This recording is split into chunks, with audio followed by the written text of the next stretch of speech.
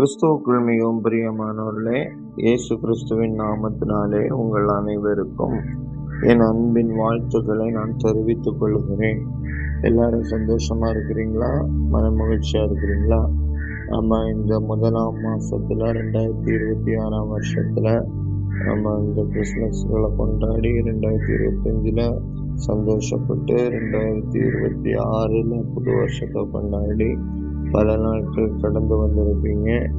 ஆனால் இந்த மாசத்தின் இறுதிக்குள்ள நம்ம கடந்து போகும்போது ஒரு வெறுத்தின் நிலைமை இருக்கலாம், ஒரு சமாதானமற்ற நிலைமை இருக்கலாம், இல்லைன்னா ஏதோ ஒரு துக்கத்தோட ஒரு சூழ்நிலைகள் இருதயத்துல ஒரு வாட்டத்தை உண்டு பண்ணி ஏதோ ஒரு இழப்புகள், ஏதோ ஒரு பண செலவுகள், ஏதோ ஒரு வீண் செலவுகள், நம்ம இதுவரைக்கும் நம்ம பிரயாசப்பட்டவங்க ஒன்றே நமக்கு அகப்படவில்லையே, எல்லாவற்றிலும் தோல்வி என்று சற்று சிந்தித்து யோசித்து கொண்டிருக்கிறீங்களா? அன்பிற்குரியவர்களே, நீங்க பயப்படாதீர்கள். இன்றைக்கு உங்களுக்காக வேதத்திலிருந்து ஒரு வார்த்தையை நான் உங்களுக்கு சொல்ல நான் விரும்புகிறேன். பாருங்க, தாவீது என்கிற ஒரு பக்தன் இப்படியாக சொல்லக்கூடிய ஒரு வார்த்தை என்னதுன்னா, ஆமா, சங்கீதத்தின் புஸ்தகம் 119வது அதிகாரத்துல 92வது வசனம் சொல்லப்படுகிறது. இந்த வேதம் எனக்கு மனமகிழ்ச்சியாய் இராதிருந்தால் நான் துக்கத்திலே அழிந்து போயிருப்பேன். உடைய வேதம் எனக்கு மனமகிழ்ச்சியாய் இராதிருந்தால் நான் துக்கத்திலே அழிந்து போயிருப்பேன். ஆமா, அன்பிற்குரிய பிள்ளைகளே, நீ பலருடைய வாழ்க்கையில மன மகிழ்ச்சியை நீ இழந்து போயிருக்கிறோம். துக்கத்தோடு நம்ம வாழ்ந்து கொண்டு இருக்கிறோம். இந்த துக்கத்தை நம்ம வெளியில எப்படி சொல்லுவதற்கு தெரியாம நம்ம மனதிலே நம்ம புலம்பி கொண்டு நம்ம வாழ்ந்து கொண்டு இருக்கலாம். அல்லட்ட ஏதோ ஒரு சூழ்நிலைகளை நினைத்து சோர்ந்து போய் இந்த துக்கத்தின் நிமித்தமாய் கலங்கி கொண்டிருக்கலாம். அப்படிப்பட்டவங்க இந்த இடத்துல இந்த வார்த்தையை கேட்டு கொண்டிருக்கிறீங்கன்னா, ஆண்டவராய் தேவன் சொல்லுகிறார், இந்த வேதம் தான் உங்களுக்கு மன மகிழ்ச்சியை கொடுக்கும். வேத வசனம் உங்களுக்கு மன மகிழ்ச்சியை கொடுக்கும். தாவீது என்கிற பக்தனுடைய வாழ்க்கையில பார்க்கும் பொழுது திருமணமானது, குழந்தைகள் இருந்தாங்க, பொறுப்புகள் இருந்துச்சு. ஆனாலும் பிள்ளைகள் நிமித்தமா துக்கம். தன்னுடைய சொந்த மகனாகி அப்சலோம் இப்படி பண்ணிட்டானே, இப்படி நடந்துகிட்டானே, எனக்கு விரோதமா எழும்பி நிற்கிறானேன்னு சொல்லிட்டு ஒரு துக்கம். ராஜ்ய பாரத்துல சொல்லி பார்க்கும்போது எனக்கு விரோதமா அவன் குடும்பமே எழும்பி வந்து நிற்குது. இந்த தொழிலுக்கு விரோதமா இந்த குடும்பம் எழும்பி நிற்குது. இந்த பொருளாதாரத்துக்கு விரோதமா முடக்க நினைக்கிறாங்க. இனி எழும்ப விட முடியாதபடி பலரை என்னை உள்ள வைக்க நினைக்கிறாங்க சொல்லிட்டு பல வகையான துக்கம். அவருடைய சொந்த குடும்பத்துல மாமனார் மூலமா ஒரு துக்கம். இப்படி பல காரியத்துல இந்த தாவீது என்கிற பக்தன் துக்கத்தினால் அமிழ்த்தப்பட்டு கொண்டிருந்த சூழ்நிலையில தான் அவர் சொல்லக்கூடிய ஒரு வார்த்தை என்னன்னா, நாம் அந்த வசனம் சொல்லப்படுகிறது பாருங்க, நான் உம்முடைய வேதம் எனக்கு மன மகிழ்ச்சியாயிராதிருந்தால். கர்த்தருடைய நாமம் மையப்படணும். மறுபடியும் நான் சொல்கிறேன் பாருங்க, நம்ம கர்த்தருடைய வார்த்தை இவ்வாறாக சொல்லப்படுகிறது, உம்முடைய வேதம் எனக்கு மன மகிழ்ச்சியாயிராதிருந்தால் நான் துக்கத்திலே அமிழ்ந்திருப்பேன். ஆமா, அன்பிற்குரிய தேவனுடைய பிள்ளைங்களே, இது தாவீது என்கிற பக்தனுடைய வாழ்க்கையில பல வகையான துக்கங்கள் இருந்த போதும் அவன் எதை பிடிச்சு கொண்டான்னா வேத வசனத்தை பிடித்து கொண்டான். இன்னைக்கு நீங்களும் கிறிஸ்துவோடைய வாழ்க்கையை ஏற்றுக்கொண்டு கிறிஸ்துவுக்காக வாழ அர்ப்பணித்த பிறகு பல வகையான துக்கத்தை நீங்க சந்தித்து கொண்டிருக்கிறீங்களா? கவலைப்படாதீங்க. நீங்களும் இந்த வேத வசனத்தை பிடித்து கொள்ளுங்க. இந்த சத்தியம்தான் உங்களை விடுதலை பண்ணும். இந்த சத்தியம் உங்களை உயிர்ப்பிக்கும். இந்த சத்தியம் உங்களை பாதுகாக்கும். அதுக்குதான் இந்த வேத வசனம். ஆதி நாட்கள்ல நீங்க பார்க்கும்போது தாவீதுடைய காலத்துல எல்லாம் வேத புஸ்தகங்கள் கிடையாது. தீர்க்கர்கள் சொன்ன வேத வார்த்தை இருதயத்துல வைத்து மனப்பாடம் பண்ணி அந்த வார்த்தைகளை திரும்ப திரும்ப அதை தியானிப்பார்கள். ஆனா இந்த நாட்கள்ல நம்ம கையில வேத புத்தகங்கள் இலவசமாய் கொடுக்கப்பட்டது. நம்ம வீடுகள்ல ஒன்றிற்கு மேற்பட்ட வேத புஸ்தகங்கள் இருக்கிறது.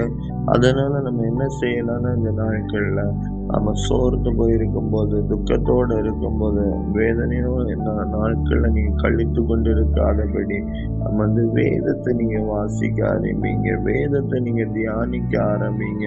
வேதத்தின் மூலமா தான் உங்களுக்கு மனமகிழ்ச்சி உண்டாகும். இந்த வேதத்தின் மூலமா தான் உங்களுக்கு சமாதானம் பெற்றுக்கொள்ள முடியும். நீங்க வேதத்தை படிக்க படிக்க உங்க இருதயத்தில் உள்ள கவலைகள் மாறும். நான் உபத்திரவப்பட்டது நல்லது, அதனால உம்முடைய பிரமாணங்களை நான் கற்றுக்கொண்டேன் என்று தாவீது பக்தன் சொல்கிறார். தன்னுடைய வாழ்க்கையில காணப்பட்ட போராட்டங்கள், வேதனைகள், தவறி விழுந்த சூழ்நிலைகள் எல்லாவற்றையும் அவர் ஆராய்ச்சி பண்ணி ஆராய்ந்து பார்த்து, ஆமா நம்மளுடைய விழுதலுக்கு காரணம் என்ன, நம்ம துக்கத்துக்கு காரணம் என்ன, எல்லாம் இந்த வேத புஸ்தகத்துல சொல்லப்பட்டிருக்குது. அதனாலதான் தாவீது சொல்கிறார், ஆமா நான் உங்களுடைய வேதத்தை நான் ஆராய்ந்து நான் பார்க்கிறேன். உங்களுடைய வேதத்துலதான் எனக்கு மனமகிழ்ச்சி இருக்கிறது. நான் விழுந்து போகாதபடி இந்த வேதம் என்னை சுமந்து ஒவ்வொரு நாளும் காத்து நடத்துகிறது. அதனால இந்த சத்திய வசனத்தை என்னுடைய வாயிலிருந்து நீங்க விடாதபடி காத்து கொண்டு, ஆண்டவரே உடைய நியாய தீர்ப்புகளுக்காய் காத்திருக்கிறேன் என்று பக்தன் இவ்வாறாக சொல்கிறா பாருங்க. இன்னைக்கும் நீங்க தேவனுடைய வார்த்தையை நீங்க சிந்திக்க சிந்திக்க, வேத வசனத்தை ஆராய்ந்து பார்க்க பார்க்க, ஆமா வீண் சிந்தனைகளை நான் வெறுத்து உங்களுடைய வேதத்துல நான் பிரியமா இருக்கிறேன் சொல்கிறார். இப்படிப்பட்ட வேத வசனங்களை நம்ம தியானிக்க தியானிக்கதான் நம்ம வாழ்க்கையில ஒரு மகிழ்ச்சியை நம்ம பார்க்க முடியும். இப்படி நம்ம வேதத்தை தியானிக்கும் போது ஆண்டவர் நம்ம வாழ்க்கையில என்ன ஆசீர்வாதம் கொடுக்க முடியும்னா, 3 வகையான ஆசீர்வாதத்தை தேவன் நமக்கு கொடுக்க முடியும். முதலாவது ஆசீர்வாதம் என்ன நீங்க பார்க்கும்போது 119 சங்கீதம் 165 வசனம் சொல்லப்படுகிறது. நம்முடைய வேதத்தை நேசிக்கிறவர்களுக்கு மிகுந்த சமாதானம் உண்டு. பாருங்க, இந்த வேதத்தை நேசிச்சு வாசித்து தியானம் பண்ணுகிறவங்களுக்கு தான் சமாதானத்தை பெற்றுக்கொள்ள முடியும். தேவையில்லாத காரியத்தை யோசித்து யோசித்து பிள்ளைகளுடைய காரியங்கள், குடும்பத்துடைய காரியங்கள், சொத்தோடைய காரியங்கள், பணத்தோடைய காரியங்கள், இதை பற்றி யோசித்து யோசிக்கும் பொழுது நமக்கு துக்கம்தான் வரும். தனிமையில வேதனைகளும் வியாதிகளும் தான் வரும்.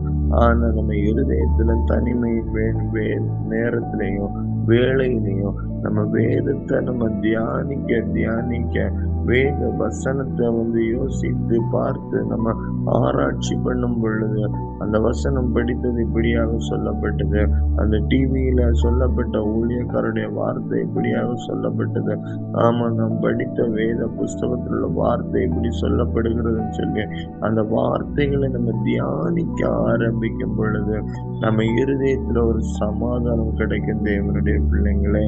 அப்ப நம்ம துக்கங்கள் மாறும், நம்ம மன அழுத்தங்கள் மாறும், நமக்கு ஒரு சமாதானத்தை ஆண்டவர் கொடுக்க முடியும். 2வதாக நம்ம பார்க்கும் பொழுது வேதத்தை நாம் திருப்பிக் கொள்ளும் போது, அப்போஸ்தலர்களின் புஸ்தகத்தை நாம் திருப்பிக் கொள்ளும் போது அங்கு கூட இப்படியாக ஒரு வசனம் சொல்லப்படுகிறது. அப்போஸ்தலர்கள் 17வது அதிகாரம் 11வது வசனத்தை நாம் படித்து பார்க்கும் பொழுது, அந்த பட்டணத்தான் மனோவாஞ்சையாய் வசனத்தை ஏற்றுக்கொண்டதினால், ஏற்றுக்கொண்டு காரியம் இப்படி இருக்கிறதா என்று தினம்தோறும் வேத வாக்கியத்தை ஆராய்ந்தார்கள். தெசலோனிக்கேயர்களை உள்ளவர்களை பார்க்கிலும் நற்குணசாலிகளாய் இருந்தார்கள். முதலாவது நம்ம பார்த்தோம், வேதத்தை நம்ம தியானிக்கணும். வேதத்தை நம்ம தியானிக்கும் போது நம்ம துக்கத்துல இருந்து ஒரு சமாதானம் உண்டாகும். 2வது நம்ம பார்க்கிறோம், இந்த வேதத்தை ஆராய்ந்து பார்த்த ஒரு கூட்டம் இருக்கிறது. அவங்க யாருன்னா தெசலோனிக்கேயர் பட்டணத்தார். இந்த வேதத்தில் உள்ள ரகசியத்தை குறித்து அப்போஸ்தலனாகிய பவுல் அந்த பட்டணத்துல பிரசங்கம் பண்ணின போது அந்த வார்த்தைகளை இருதயத்துல ஆராய்ந்து பார்க்கிறாங்க. கூடி உட்கார்ந்து இந்த வார்த்தைகளை பேசுகிறாங்க. ஆண்டவருடைய வார்த்தைகளை ஆராய்ஞ்சு பார்க்கிறாங்க. இப்படி அந்த வார்த்தைகளை தியானித்து ஆராய்ஞ்சு பார்க்கும் பொழுது அவங்களுடைய இருதயத்தில் உள்ள சுவாபங்கள் மாறுகிறது. அவனுடைய குணநலங்கள் மாறுகிறது.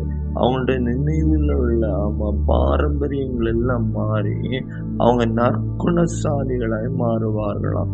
அதே போலதான் இந்த நாட்களையும் கூட நம்ம வேதத்தை தியானிக்கும் போதோ ஆராய்ச்சி பண்ணும் போதோ வேத வசனத்தை குறித்து நம்ம படித்து அதனுடைய காரியங்களை நம்ம புரிந்து கொண்டு மனதில் வைக்கும் பொழுது வேதம் தெளிவாய் சொல்லப்படுகிறது, நீங்களும் நானும் நற்குணசாலிகளாய் மாறுவோம். நற்குணசாலிகள்னா யாருன்னா, கோவப்பட மாட்டோம், சண்டைக்கு போக மாட்டோம், வீணான பேச்சுகள் கெட்ட வார்த்தைகள் போட மாட்டோம், பரியாசம் பண்ண மாட்டோம், நம்ம எதிர்த்து நிற்க மாட்டோம், நம்ம தன்னைத்தான் தாழ்த்துகிற தேவ பிள்ளைகளாய் நம்ம என்ன செய்யப்படுவோம், இயேசுவோடைய சாயலுக்கு ஒப்பான சாயலாய் நம்ம மாற்றப்படுவோம்.